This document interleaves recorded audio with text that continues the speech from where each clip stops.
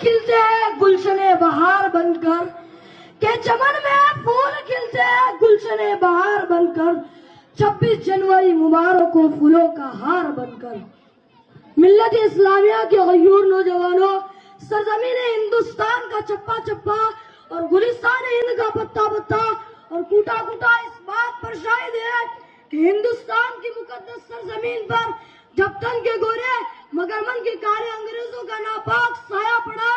اور جب یہ سازشی قوم ہندوستان کے تخت و تاج کا مالک بن بیٹھی، تو سب سے پہلے انگریزی اقتدار کے خلاف علم بغاوت ہم نے بلند کیا۔ راستوں کے قربت و دوری سے بے فکر، راہوں کے خطرات سے بے فکر، ہم نے ملک کی آزادی کی تلاش میں پھانسی کے پھندوں کو چون کر منزل کا نشان پوچھا۔ تو کبھی ہم نے اس ملک کی آزادی کی خاطر اپنے جسموں کو لہولہان کروایا، آگ کے انگاروں میں جانا پسند کیا۔ تو کبھی ہم نے اس ملک کی آزادی کی خاطر برسر عدالت میں اپنی آزادی سنائی، تو مار کھا کے کوڈریوں کو ہم نے اپنا وطن بنایا۔ دوستو، اسی طرح صدیوں کی غلامی کے بعد ہماری قربانیوں کی بدولت ہمارا ملک ہندوستان انگریزی اقتدار سے آزاد ہوا، اور ہم نے بہت سوچ سمجھ کر یہ جمہوریت کا راستہ اختیار کیا کہ مختلف مذاہب و ادیان اور نظریات و عقائد کے کروڑوں ہندوستانی آزادی کی حقیقی دولت سے سرفراز ہو سکے۔ لیکن دوستو، آزادی کے بعد یوں ملے وطن کے لوگ ہم سے آزادی کے بعد جیسے بے اسباب کوئی دوسری شادی کے بعد۔ ملت اسلامیہ کے غیور نوجوانوں، آپ تاریخ کو اٹھائیے اور مطالعہ کیجئے کہ آزادی کے بعد ہمارے ساتھ کس طرح کا رویہ اختیار کیا گیا،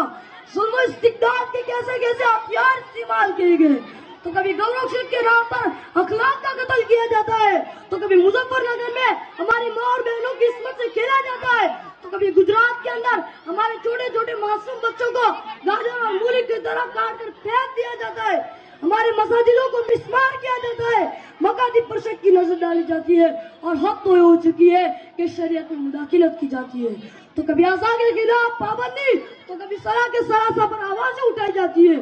دوستو،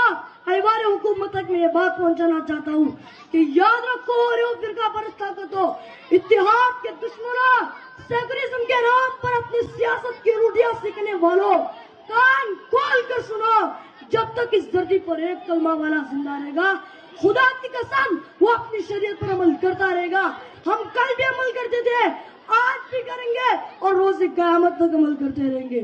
کوئی ماں کا لال پیدا نہیں ہوا جو ہم کو اپنی شریعت پر عمل کرنے سے روک سکے۔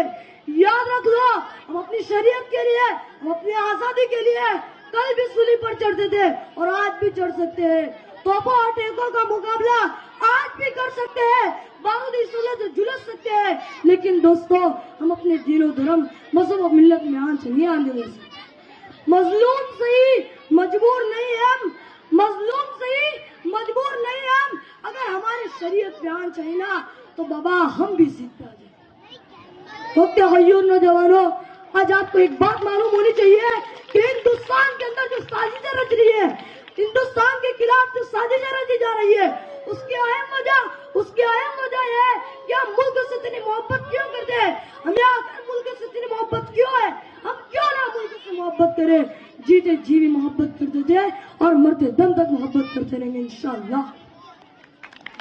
سامعین کرام، آج ہمارے ملک میں یہ کیا ہو رہا ہے؟ ہر طرف سازش ہے، ہر طرف سازش ہے۔ تو یہ بات صاف طور پہ کہنا چاہ رہا ہوں کہ یہ سازشیں رچ رہے ہیں، یقیناً وہ آٹے میں نمک کی طرح ہے، لیکن ان کی وجہ سے ہندوستان کا ماحول بگڑ رہا ہے۔ ہم ہندو مسلم سکھ بھائیوں کو چاہیے کہ ہم ایک ہو کر ایسے آستین کے سانپوں کو، ایسے زہریلے سانپوں کو کچل ڈالیں اور اپنے ملک کی بقا کی فکر کریں۔ تغیر نوجوانوں، ہمارا ملک ہندوستان یا جمہوریت کا پاسبان، اس نے کچھ نالائق ملک کا غدار ہندوستان کو قبرستان بنانے کی کوشش میں لگے۔ یاد رکھ لو، جب تک اس دھرتی پر ایک کلمہ والا زندہ رہے گا، خدا کی قسم ہندوستان کے آبرو سے کوئی ماں کا لال کھیل نہیں سکتا۔ اور کشمیر سے لے کر کنیا کماری تک، منی پور سے لے کر راجستھان تک، ہندوستان کے چپے چپے کو جب بھی ضرورت پڑی ہمارے لال آگے بڑھے، کبھی میر عبدالحمید کی شکل میں، تو کبھی خان عبدالغفار کی شکل میں، تو کبھی بھگت سنگھ کی شکل میں۔ یہ ملک ہمارا تھا اور ہم اس ملک کے حصے دار ہیں، کرایہ دار نہیں۔ عزیزان ملت، جو یہ سازش رچ رہے ہیں، کہ ہم اس ملک میں رہنے والے باشندوں سے محبت نہیں کرتے، تو میں ان کو یاد دلانا چاہ رہا ہوں کہ کیا آپ وہ تاریخ کو بھول چکے ہو؟ ابو کلام نے کیا کہا تھا؟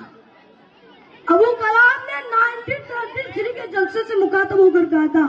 کہ اگر میرے پاس کوئی بڑا سے بڑا بھی شخص آ کر کہے گا کہ ابو کلام ہندوستان کو آزادی کل مل جائے گی، شرط یہ ہے کہ تم ہندوستان کے اندر ہندو مسلم یکتا پریم کی باتیں کرنا چھوڑ دو، تو ابو کلام نے کہا میں اس آزادی کو لانت مارتا ہوں، نہیں ضرورت مجھے اس آزادی کی، مجھے تو ہندوستان کے اندر ہندو مسلم یکتا پریم چاہیے۔ یہ پیغام دیا تھا ہم نے ملک کو۔ آخر میں ایک شعر سے اپنی بات کو ختم کرتا ہوں کہ ہم نہ کسی سے ڈرتے ہیں، ہم نہ کسی پہ مرتے ہیں، کہہ رہے ہم نہ کسی سے ڈرتے ہیں، ہم نہ کسی پہ مرتے ہیں، ہم دیوانے ہیں وطن کے، ہم وطن سے محبت کرتے ہیں۔ استو جے ہند جے بھارت۔